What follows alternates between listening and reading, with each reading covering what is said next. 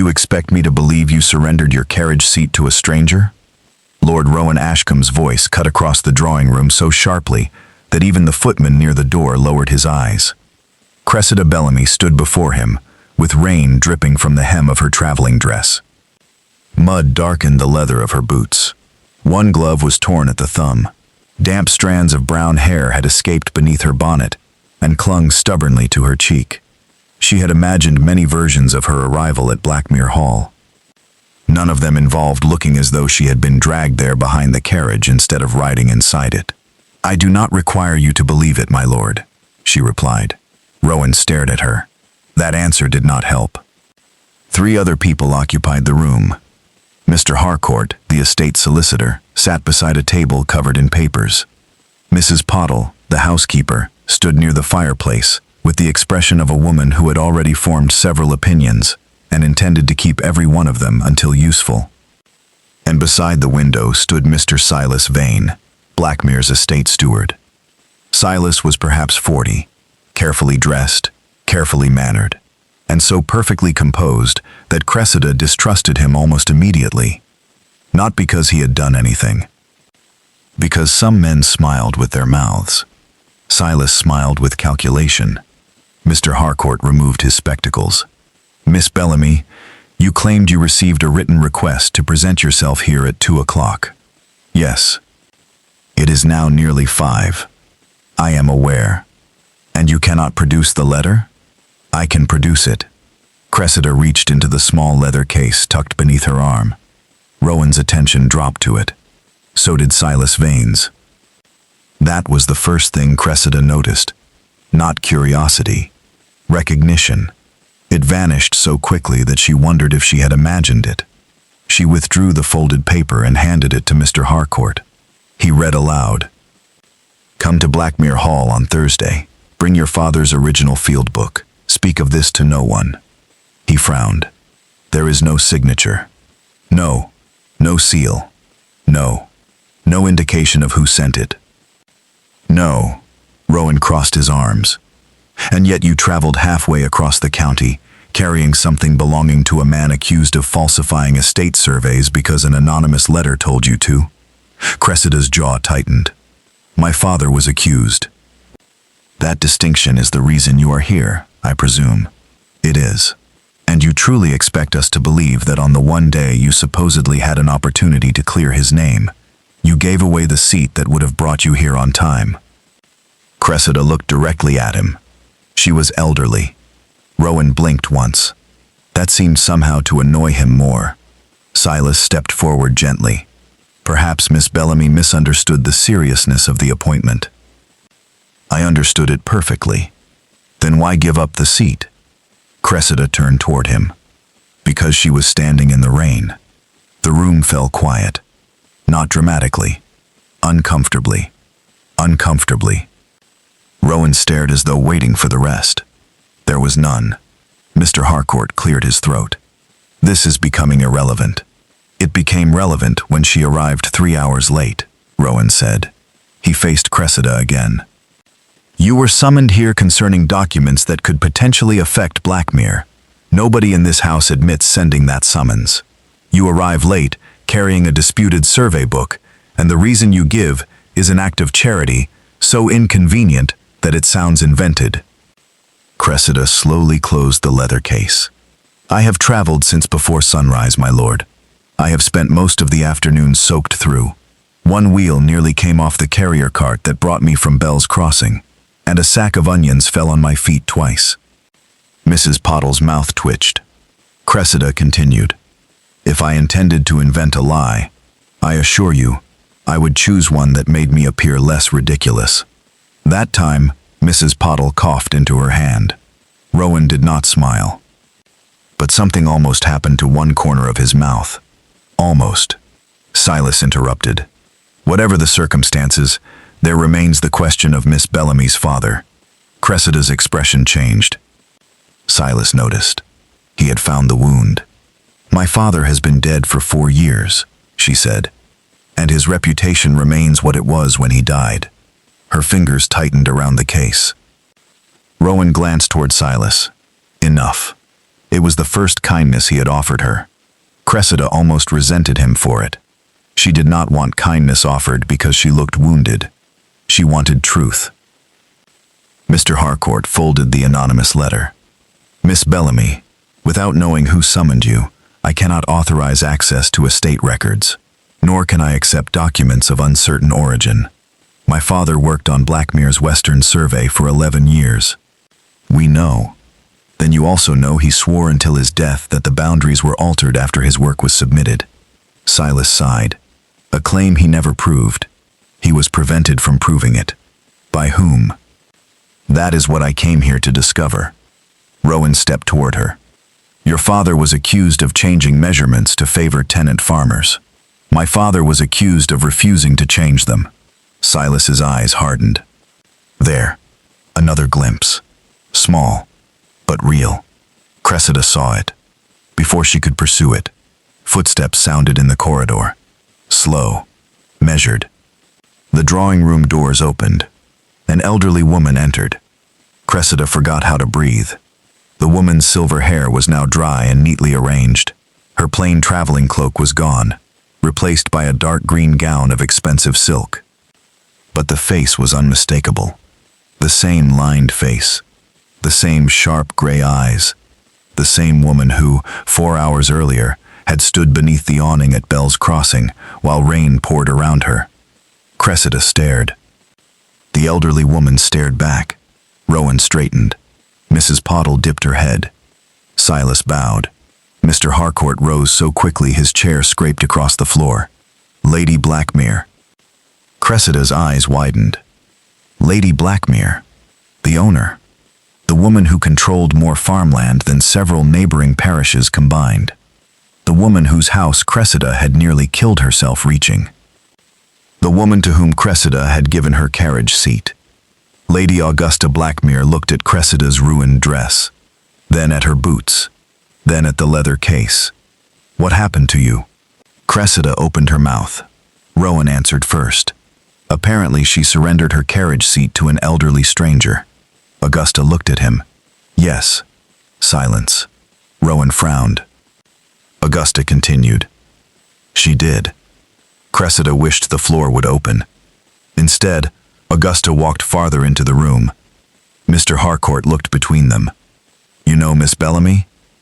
I met her this afternoon. Silas's pleasant expression vanished for less than a second. Again, Cressida noticed. Augusta turned to her.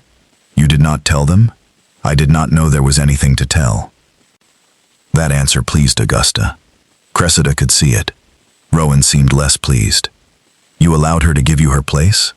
Augusta raised one eyebrow. Do I look incapable of accepting a seat? That is not what I meant.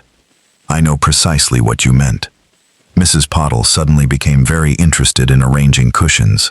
Augusta approached Cressida. You were in a great hurry. Yes. You told me missing that coach might cost you something you would never recover. Yes. And still you remained behind. Cressida's face warmed under the attention of the entire room. You were shivering. And that was sufficient reason? Cressida hesitated. My situation did not give me the right to make yours worse. Augusta watched her for a long moment. Then her gaze moved to the case beneath Cressida's arm. What is that? My father's field book. Everything changed. It was subtle, but Cressida saw it. Augusta's fingers tightened slightly against her walking stick. Silas looked toward the window. Rowan noticed both reactions. Augusta spoke carefully. Open it. Mr. Harcourt stepped forward. Lady Blackmere, perhaps we should first establish. Open it. Cressida set the case upon the table. The brass clasp stuck. It always did. She pressed harder until it snapped loose. Inside lay a worn survey book, 3 folded sheets, a compass, and a bundle of field notes tied with faded blue thread. Cressida lifted the largest sheet. My father made this during his final year working here. She spread it across the table. Rowan moved closer. So did Augusta. The map showed Blackmere's western farms, woodland boundaries, grazing commons, and river access. Lines in black ink marked the official estate boundary, but another line, drawn in red pencil, cut through nearly 1/3 of the Western holdings. Beside it, in Cressida's father's handwriting, were 6 words. Property claim unsupported by original deeds. Rowan's face changed. What does that mean? Cressida looked at him. It means my father believed this land was never legally part of Blackmere. Nobody spoke. Rowan bent over the map. That is impossible. My father did not think so. Those farms have belonged to Blackmere for generations. According to whom? Our records. Records can be changed. Silas stepped forward. So can maps. Cressida turned. He smiled again. Softly. Regretfully. I had hoped it would not come to this. He reached inside his coat. Rowan stiffened. Silas produced several folded papers. I did not wish to shame the dead. Cressida's stomach dropped. Silas placed the documents beside her father's map. These were found years ago after Mr. Bellamy's dismissal. Mr. Harcourt took them. He read quickly. His face tightened. What are they? Cressida asked. Mr. Harcourt did not answer. Rowan did. Instructions to alter the survey. Cressida stared at him. No. Signed by your father. No. Silas lowered his voice. I am sorry.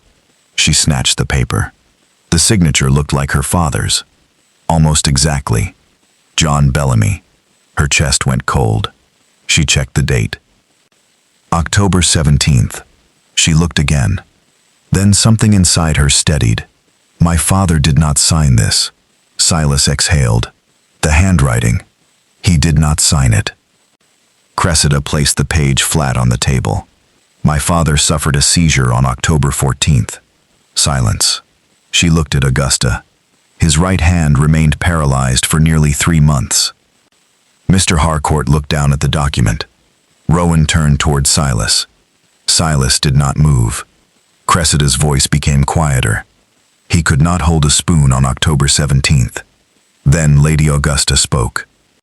Where did you get these papers, Mr. Vane? Silas hesitated. My father preserved them among the estate records. Your father? Yes. Augusta's gaze sharpened. Interesting. Nobody seemed to breathe. Cressida looked from the forged document to her father's map. For 4 years, people had called him dishonest. For 4 years, her brother had refused to speak his name in respectable company. For 4 years, she had wondered whether loyalty had made her foolish. Now she finally had something. Not proof of innocence, but a crack. A crack was enough. She gathered the map. I believe our business is finished. Rowan looked at her. You are leaving? You have already decided what you think of my father. That was before the forgery became inconvenient? His expression hardened. That is unfair. Perhaps. Cressida closed the leather case. But I have had an unfair day. She turned toward Augusta. My lady, thank you for confirming my explanation. Augusta's eyes narrowed. That is all you have to say to me? Cressida paused. What else should I say? You gave me your seat. I did. You arrived here soaked because of it. Yes. You may have lost your opportunity because of it. Cressida swallowed. Possibly. Augusta stepped closer. And you want nothing? Cressida looked almost offended. I did not know who you were. That was not my question. It is my answer. For the first time, Lady Augusta smiled. Not warmly. Not yet, but with recognition. Then she said, You are not leaving Blackmere. Rowan immediately objected. Augusta, 30 days. Cressida blinked. My lady? You came for the truth about your father. I want the same truth. Silas spoke quickly. This is highly irregular. Augusta did not look at him. I have lived long enough to become bored by regular things. Mrs. Pottle smiled openly this time. Augusta pointed toward the map. Miss Bellamy will have access to the Western ledgers, survey books, and archived correspondence. Rowan stepped forward. You cannot simply invite a stranger into confidential estate records. She is not a stranger. You met her on a roadside and discovered more about her character in 20 minutes than I have discovered about some people in 20 years. Silas's eyes flickered. Augusta continued. Rowan, you will assist her. His jaw tightened. No. Yes. She believes Blackmere ruined her father. And you believe her father threatened Blackmere. You should have plenty to discuss. Cressida looked between them. This arrangement seems likely to end in murder. Mrs. Pottle muttered. Only if they use the good carpet. Augusta ignored that. There is one condition. Cressida waited. Augusta looked first at her, then at Rowan. Neither of you is to trust the other. Rowan stared. Cressida frowned. That is an unusual instruction. It is the safest way to begin looking for truth. Augusta turned and left. Just like that. Everyone remained frozen for several seconds. Then Rowan looked at Cressida. 30 days. I heard her. I intend to prove whether that map is genuine, and I intend to prove my father was. For the first time, something changed between them. Not affection, not even respect. Recognition. They were no longer host and unwanted visitor. They were opponents, chasing the same answer. Neither yet knew what that answer would cost. Upstairs, in a private study no one had entered since morning, Silas Vane locked the door behind him. He removed a folded piece of paper from inside his waistcoat. The handwriting matched the anonymous summons Cressida had received. For several seconds he simply stared at it. Then he carried it to the fireplace. The flame caught one corner. Words blackened, curled, disappeared. Silas watched until only ash remained. And downstairs, Cressida Bellamy agreed to remain for 30 days, in a house where someone had already tried to bury her father's truth once. This time, someone intended to make certain it stayed buried. By the third morning, Cressida Bellamy had reached 3 conclusions about Blackmere Hall. The first was that the Western estate records had been organized by someone who despised future generations. The second was that Lord Rowan Ashcombe considered suspicion a form of exercise. And the third was that Mrs. Pottle could hear a secret through 2 closed doors and a thunderstorm. You are holding that ledger upside down, the housekeeper announced. Cressida looked at the book. She turned it around. I knew that. Of course. Mrs. Pottle placed a tray of tea beside the mountain of papers covering the archive table.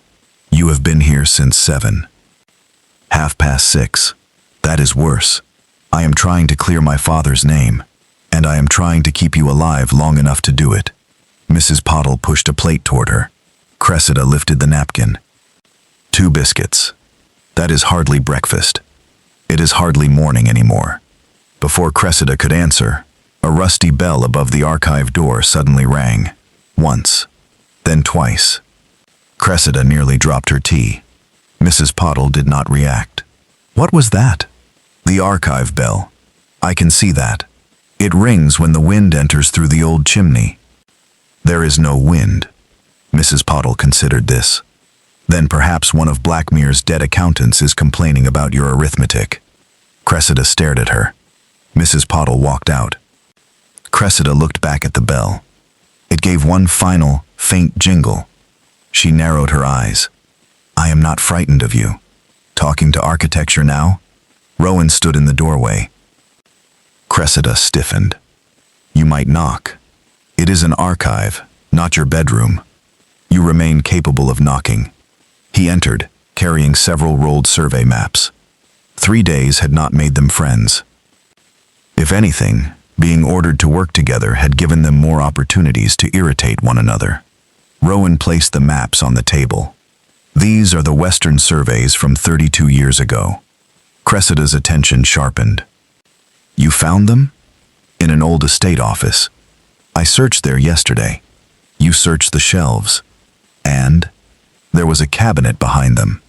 Cressida stared at him. You moved an entire shelf? Yes. By yourself? Yes. That explains why you look displeased. I always look displeased around you. That cannot be true. We have only known each other 4 days. An impressive achievement, then. Despite herself, Cressida smiled. Rowan noticed. He looked away first. It was the smallest change between them. But it was a change. They spread the maps across the table. For nearly an hour, they compared boundaries. At first, nothing appeared unusual. Then Cressida stopped. Here. Rowan leaned closer. She pointed to a narrow strip of farmland beside the western river. This boundary. What about it? It moves. He frowned. She laid another map beside the first. 32 years ago, Blackmere ended here. Her finger rested beside an old stone road. 28 years ago, the boundary moved beyond these 3 tenant farms. Rowan examined the ink. Perhaps Blackmere purchased them. Then there should be deeds. There probably are. I have searched the deed books. And there are none. Rowan's expression changed. Cressida opened a tenant ledger. These families began paying Blackmere rent the same year the boundary changed. Rowan looked from the map to her. That proves nothing. It proves somebody began collecting money. It does not prove the land was stolen. No. She met his eyes. But you are no longer saying my father invented everything. Rowan did not answer. That was answer enough. 2 days later, they traveled west. Cressida had expected a carriage. Rowan brought 2 horses. She stared at the animal waiting beside the front steps. No. Rowan adjusted his gloves. You can ride? Technically. That sounds concerning. I was taught when I was 14. And I developed philosophical objections. To horses? To falling. Rowan looked at her. You fell once. 3 times. Mrs. Pottle called from behind them. 4! Cressida turned. The 4th was not my fault. The horse disagreed. Rowan laughed. It surprised both of them. He immediately coughed and looked away. Cressida mounted with what dignity she could preserve. Within 20 minutes, dignity had been abandoned in favor of survival. Their first stop was Alderwick Farm. The tenant, Mr. Fenlow, was nearly 70 and had lived there all his life. He welcomed Rowan respectfully. He welcomed Cressida suspiciously. When she mentioned her father, that changed. John Bellamy? Cressida leaned forward. You knew him? Knew him? Your father spent 3 weeks measuring the riverbank after the flood. Rowan watched carefully. Did he ever discuss the western boundary? The old farmer's expression darkened. He said the stones were wrong. Cressida went still. What stones? Fenlow pointed toward the far field. The old markers. Said one set had been buried and another set put farther west. Rowan turned toward Cressida. Neither spoke. Within an hour, 3 farmhands were digging beneath a hawthorn hedge. Their spades struck stone. The first marker stood where Blackmere's current records claimed it should. But beneath it, almost 2 feet lower, lay another. Older. Weathered. Carved with a boundary symbol from a neighboring parish. Cressida crouched beside it. My father was right. Rowan said nothing. She looked up. My father was right. I heard you. You might say it with slightly more enthusiasm. This could mean my family has been collecting rent from land it never owned. Yes, that is not traditionally considered good news. Cressida stood. It is good news when you have spent 4 years wondering whether your father died a liar. That silenced him. A moment later, Rowan said quietly, No, I suppose it is not the same thing at all. She looked at him. For once, there was no argument waiting behind his eyes, only understanding. That evening, Rowan sat alone in the library. He had read the Western ledgers twice. The numbers would not settle. The disputed farms had paid Blackmere for decades. Yet Blackmere's annual accounts showed something strange. The rent existed in one ledger, then vanished before reaching another.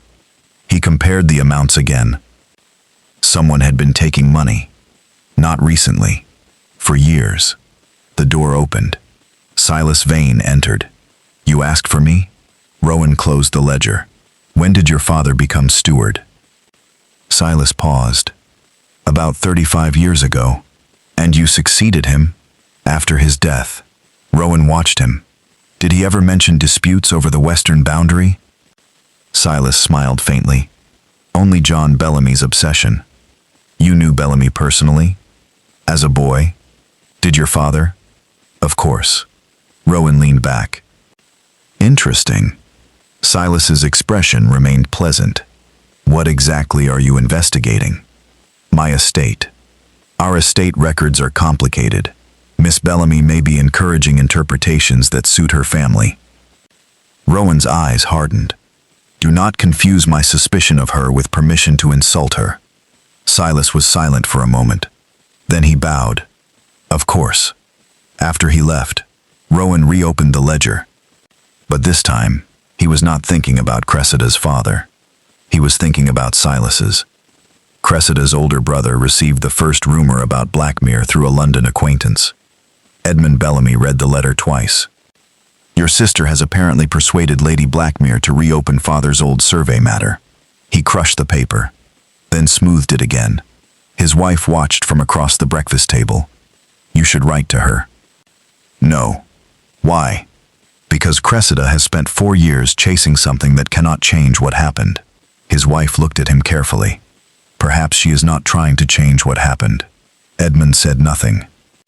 She may be trying to change what people believe happened. That is precisely the danger. To whom? Edmund looked away. For 4 years, he had told himself that refusing to defend his father had been necessary. He had been newly appointed to a respectable legal post. One scandal could have destroyed him. Cressida had not understood. Or perhaps she had understood perfectly. That was the thought he disliked most. Later that afternoon, searching through an old writing desk, Edmund found an envelope tucked beneath a broken drawer. His name was written across it. Inside was a letter from his father. Only a few lines. Edmund read them standing beside the window. The last sentence stopped him. Cressida will believe me when nobody else does. Edmund lowered the paper.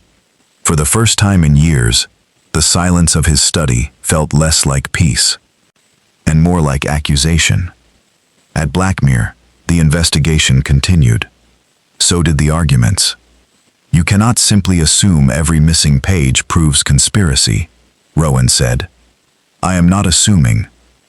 You circled 12 missing pages. Because 12 pages are missing. Books lose pages. In exactly the years when the disputed rents begin. Yes. That is convenient. Not for me. They were standing in the old Western Records Room, a cramped stone building half a mile from the manor. Rain hammered against the roof. Cressida looked outside. The river was rising. We should return. Rowan glanced toward the window. The bridge will hold. It did not. By the time they reached it, a section of the wooden crossing had collapsed into the flooded stream. Cressida stared. Rowan stared.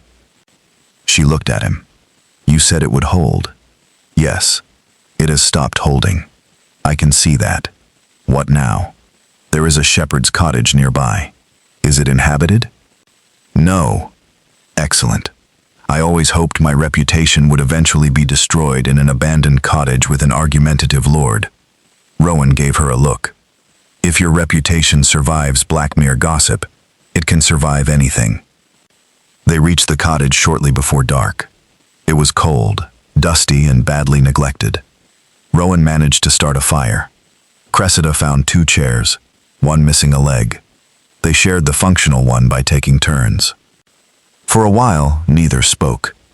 Then Cressida asked, Why do you distrust everyone? Rowan looked at the fire. I do not. You distrusted me before I had finished removing my wet cloak. You arrived with an unsigned letter and documents accusing my family of fraud. You distrusted Lady Augusta's judgment too. That struck something. Rowan leaned back. My grandfather trusted a man once. Cressida waited. He was charming, helpful, never asked for anything openly. Eventually my grandfather signed several documents he barely understood. What happened? We lost 2 properties. Cressida's expression softened. Rowan, He died believing he had failed everyone who depended on him. And since then, you have decided nobody approaches Augusta without wanting something. Often, I am correct, but not always. He looked at her. No. Silence stretched. Then he said, I have spent the last week trying to prove you dishonest. I noticed. I thought you wanted compensation. I do. His brows rose. Cressida almost smiled. I want my father's name returned to him. That is not compensation. It is to me. Rowan looked at the fire again. Then quietly, I believe the map. Cressida's breathing stopped. He continued before she could respond. I do not yet know what happened, but the buried marker was genuine. The ledgers do not balance, and your father's notes match physical boundaries that disappeared before either of us was born. Cressida looked down. She had imagined this moment many times. Someone believing her. She expected triumph. Instead, her eyes burned. Rowan noticed and politely pretended not to. After a moment, she said, You could sound slightly happier about being wrong. I have limitations. Yes, I have begun making a list. That earned another laugh. This time he did not hide it. Outside, the rain continued. Inside, something between them quietly stopped being a battle. Not trust. Lady Augusta had forbidden that, but perhaps the beginning of respect. The next morning, Lady Augusta was missing. Cressida discovered the empty bedroom first. The bed had not been slept in. Her traveling cloak was gone. So were her walking shoes. But no carriage had left Blackmere. Rowan searched the stables. Mrs. Pottle questioned every servant. Silas offered to organize riders.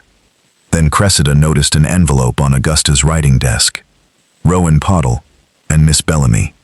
They opened it together. Inside were only 2 sentences. If you have found the western boundary, stop searching the land. Search the house. Cressida read it again. What does that mean? I do not know. Where is she? I do not know that either. Silas appeared behind them. What has happened? Rowan folded the note immediately. Nothing. Silas's gaze moved to the envelope. He smiled. But Cressida had learned his smiles now. That one contained fear. They searched Blackmere until after midnight. Old studies, locked cupboards, unused bedrooms. The chapel vestry, even the wine cellar, where Rowan discovered Cressida possessed strong opinions about dust. They found nothing. At nearly 1 a.m, Cressida returned to the archive alone. She was exhausted, angry, and increasingly frightened for Augusta. Then the bell rang. Once. Cressida froze. There was no wind. The windows were closed. It rang again. She slowly looked toward the old chimney. Rowan! He arrived moments later, carrying a candle. What happened? The bell. You summoned me because of the bell. There is no wind. He looked toward the chimney. The bell rang a 3rd time. Rowan stepped closer. Behind it, the cracked wooden panel covering the chimney shaft shifted slightly. He pushed. Nothing. Cressida joined him. Together they moved the panel aside. Behind it was not brick. It was a narrow compartment. Inside lay a single leather ledger wrapped in cloth. Rowan pulled it free. Dust covered the cover. No title. No estate mark. Cressida's hands trembled as he opened it. The first pages contained rents, parcel numbers, and initials she did not recognize. Then came a folded sheet. A written instruction. Cressida read the first line. Her face drained of color. Rowan took the paper. The instruction ordered John Bellamy to change the Western Survey so that the disputed lands would remain within Blackmere's official boundaries. Beneath it was a signature. Clear. Undeniable. Lady Augusta Blackmere. Cressida stared at the name. No. Rowan did not speak. No. She stepped backward. The woman who had invited her to find the truth. The woman who had defended her. The woman who had known details about her father nobody else remembered. Cressida looked toward the dark doorway. Augusta knew. Rowan's face was pale. She did more than know. Cressida looked again at the order. 4 years of disgrace. 4 years of whispers. 4 years of watching her father's name become something respectable people avoided saying. And all this time, Lady Augusta Blackmere had been somewhere inside the truth. Then footsteps sounded in the corridor. Slow. Approaching. Rowan closed the ledger. Cressida turned toward the door. The handle began to move, and for the first time since arriving at Blackmere, she was no longer afraid that the truth had been buried. She was afraid of the person who might have buried it. The archive door opened. Cressida stepped back from the table. Rowan moved instinctively in front of the ledger, but the person entering was not Silas Vane. It was Mrs. Pottle. She carried a candle in one hand and wore a dressing gown beneath an old wool shawl. She looked at Rowan, then at Cressida, then at the open compartment beside the chimney. "Oh," she said. Cressida stared at her. "Oh?" Mrs. Pottle sighed. "So you found it." Rowan's face hardened. "You knew? Not what was inside, but you knew there was a compartment. I have worked in this house for 41 years. Of course I knew there was a compartment." Cressida nearly laughed from sheer disbelief. "You might have mentioned it. You never asked if the walls were dishonest." Rowan placed the ledger on the table. "Where is Augusta?" Mrs. Pottle's expression changed. "I do not know." For once, no humor followed. Cressida held up the signed order. "Did you know about this?" Mrs. Pottle read Augusta's name. Her face went pale. "No." Then a voice came from behind them. "But I did." All three turned. Lady Augusta Blackmere stood in the doorway. Her cloak was wet. Mud covered the edge of her skirt. She looked older than she had the day before. Not frail. Simply tired. Rowan crossed the room. "Where have you been?" "West." "In the middle of the night?" "I wanted to see the boundary stones myself." "You could have been hurt." "I have survived 76 years of people telling me what I should not do. That does not make this sensible." "No." Her gaze moved to Cressida, but neither was remaining silent. Cressida did not move. She placed Augusta's signed order on the table between them. "My father received this." Augusta looked at it. "Yes." "You ordered him to alter the survey." "Yes." The answer landed harder than denial would have. Rowan stared at his grandaunt. "Why?" Augusta entered the room. Mrs. Pottle quietly left and closed the door. For several seconds, Augusta said nothing.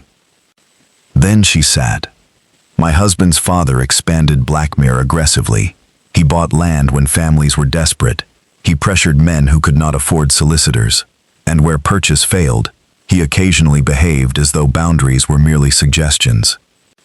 Cressida's expression tightened. "The Western farms." "Yes." "Those families never sold?" "Some did, some did not." Rowan stepped closer. "You knew." "I discovered it after my husband died." "Why was nothing corrected?" Augusta looked at him. "Because by then Blackmere was drowning." Rowan said nothing. Augusta continued. "Your grandfather was ill. There were mortgages against 2 properties. Crops had failed 3 seasons in 7. If those Western claims had been challenged publicly, several lenders would have demanded immediate payment." Cressida's voice was cold. "So you protected the estate?" "At first, at my father's expense." Augusta flinched. "Yes." Cressida had imagined confronting the person responsible for years. In those imagined scenes, she had shouted, demanded justice. Watched them beg. Now that the moment had arrived, she felt strangely quiet. "My father told me someone ordered him to change the map." Augusta lowered her eyes. "He refused." "He always said he did." "He did more than refuse. He threatened to expose the old deeds." Rowan looked toward the ledger. "Then why was he disgraced?" Augusta's face hardened with memory. "Because another man heard enough to understand the danger." Cressida already knew the answer. Vane. Silas's father. The room went still. Edgar Vane was steward then. He handled rent collections, estate transfers, legal correspondence. He knew exactly which papers could destroy Blackmere. Augusta's fingers closed around the head of her walking stick, and he knew exactly which papers could be altered. Rowan looked at Cressida. The forged instructions. Augusta's fingers closed around the head of her walking stick. Augusta nodded. Edgar created documents suggesting your father had accepted payment from tenant families to move boundaries in their favor. Cressida swallowed. And you allowed people to believe him. Augusta looked directly at her. Yes. No excuse. No softening. Just yes. Cressida turned away. Augusta spoke behind her. I told myself I needed time. Cressida laughed once. There was no humor in it. 4 years? Longer. Cressida turned back. Then my father was telling the truth while everyone he knew called him a fraud, and you had the power to stop it. Yes. He lost his work. Yes. My brother stopped defending him. Augusta closed her eyes briefly. Yes. He died believing the truth had become worthless. That time Augusta did not answer. Cressida's voice broke. And you remained Lady Blackmere. Augusta looked at her. That is the shame I cannot ask you to forgive. Silence settled between them. Rowan looked as though his entire understanding of the house had shifted beneath his feet. Why summon Cressida now? Augusta glanced toward the anonymous letter on the table. I did not. Cressida frowned. What? I intended to contact you eventually, but I did not send that letter. Rowan's head lifted. Then who did? A floorboard creaked in the corridor. Rowan was at the door immediately. He opened it. No one. But at the far end of the passage, another door swung shut. Silas Vane was gone by sunrise. So were 3 account books. They found him before noon. Not fleeing Blackmere. That would have been simpler. Silas had gone to the Western Estate office. By the time Rowan and Cressida arrived, smoke was pouring from one of the back windows. Workers formed a line carrying buckets from the pump. Rowan rushed inside. Cressida followed, despite his order to stay outside. Cressida, the records. You cannot save papers if the roof comes down on you. I am not leaving them. Together they reached the record room. Flames had already climbed one wall. Ledgers lay scattered across the floor.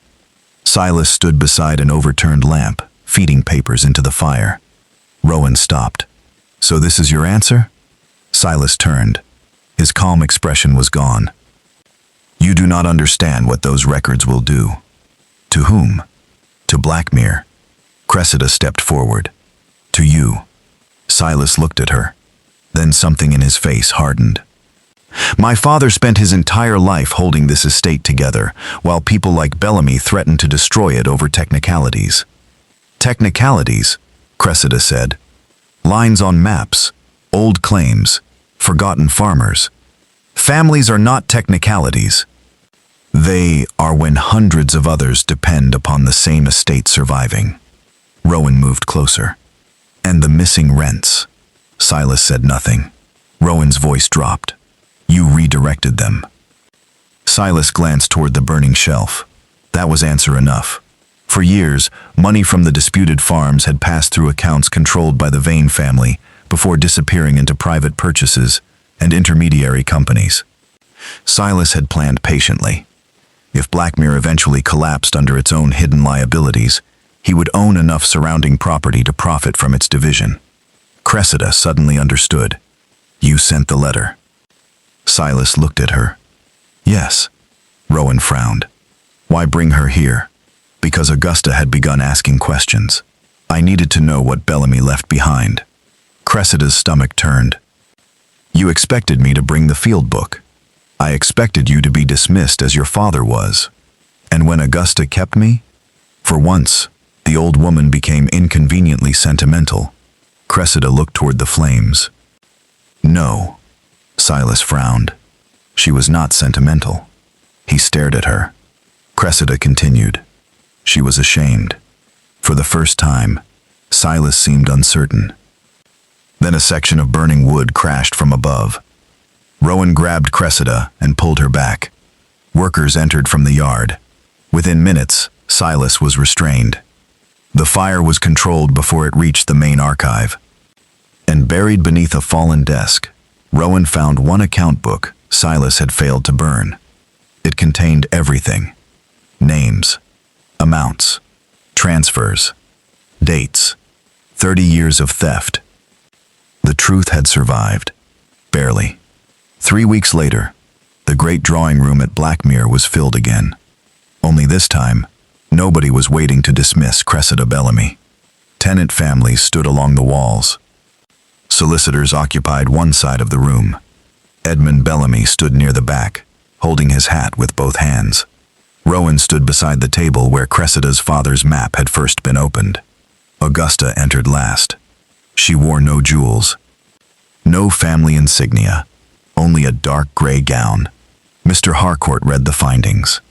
The Western claims were unlawful. The Bellamy survey was accurate. John Bellamy's signatures had been forged.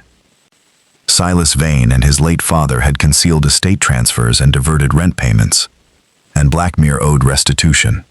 When Harcourt finished, nobody moved. Then Augusta stepped forward. She could have allowed the documents to carry the blame. She did not. John Bellamy told the truth. Cressida's eyes lifted. Augusta continued. I possessed enough of that truth to save his name. Her voice remained steady. And I did not. Several people turned toward Cressida. Augusta looked at no one else. I was afraid that if Blackmere lost land, it would lose everything. She paused. So I chose the house over the man. Cressida's throat tightened, and the house survived. Augusta looked around the room, but it did not survive honorably. No one interrupted. Then she said the words Cressida had waited years to hear. John Bellamy was innocent. Edmund lowered his head. Cressida closed her eyes. For one moment, she saw her father as he had been before the scandal, standing over a table, ink on his fingers, complaining that rulers were useless if people insisted on moving boundaries after he measured them. She almost laughed. Instead, she cried, quietly. Rowan's hand found hers beneath the edge of the table. He did not speak. He did not need to. Silas Vane was charged with fraud, destruction of estate documents, and theft. The Western families were granted repayment from the recovered Vane properties. The disputed land returned to its rightful owners. Blackmere became smaller, far smaller. Some neighboring families whispered that Rowan had allowed his inheritance to be destroyed. He answered one of them only once. I would rather inherit less land than more shame. After that, people stopped asking.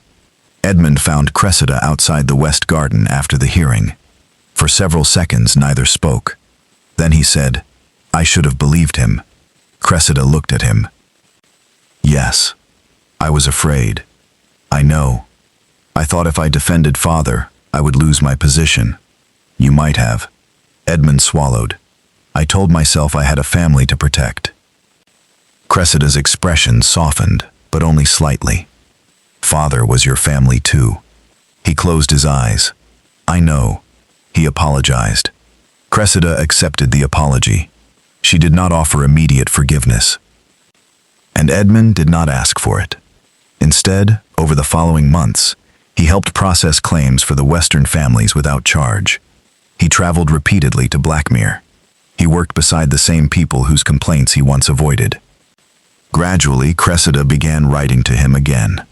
Not often, but enough. Some relationships did not mend with words. They mended when someone finally became different. Lady Augusta offered Cressida money. Cressida refused. Augusta offered her a cottage. Cressida refused that too. Finally, Augusta sighed. Must you make repentance so complicated? Yes, I was afraid of that. Cressida smiled slightly. Augusta's eyes softened. What will you accept? The truth staying public. It will. And my father's name restored to every record where it was removed. It has been. Cressida nodded. Then we are beginning. Not forgiven. Beginning. Augusta understood the difference. Winter passed. Then spring. Cressida remained at Blackmere longer than the original 30 days. Not because Augusta ordered it, because somebody had to reorganize the Western Survey Archive, and because Rowan had become remarkably skilled at inventing reasons why her departure would be inconvenient. One afternoon, Cressida found him beside a carriage outside the main steps. Her trunk was already loaded. She folded her arms. "You arranged this.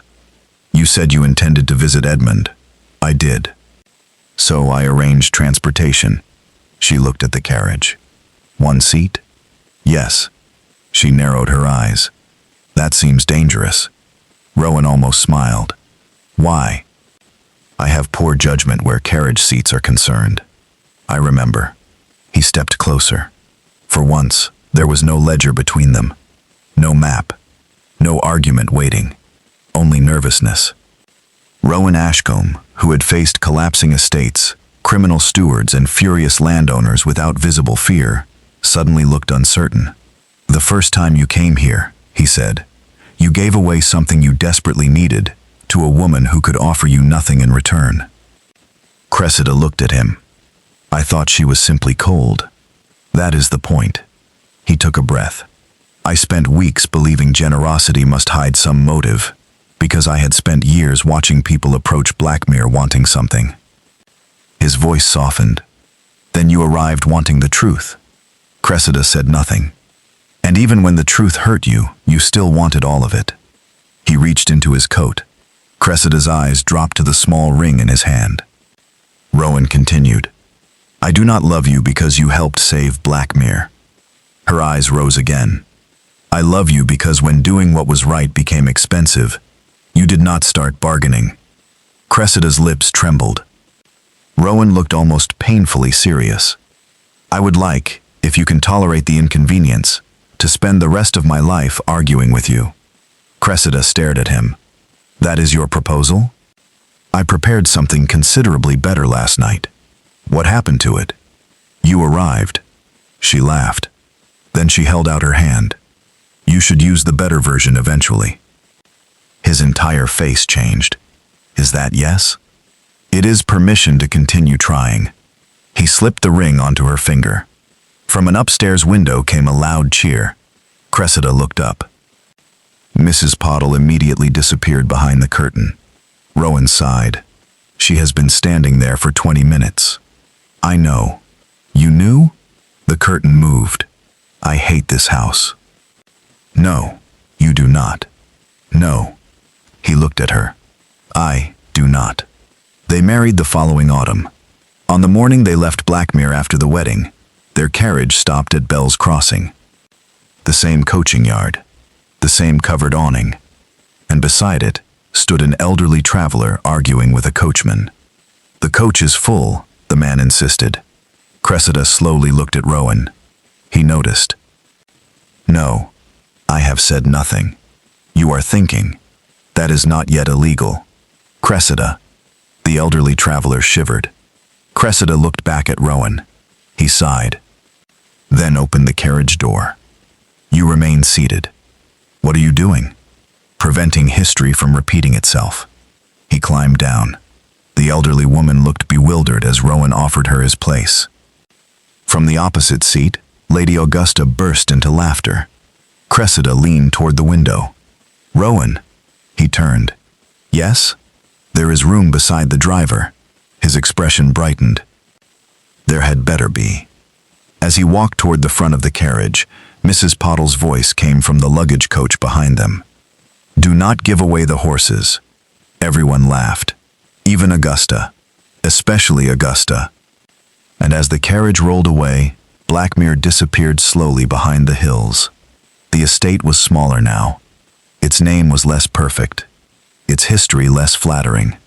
But perhaps it was finally worth being proud of. Because Cressida Bellamy had learned something that Blackmere itself had taken generations to understand. A person's true worth was rarely revealed by what they possessed. It was revealed by what they were willing to give up when kindness, loyalty, and truth demanded a price.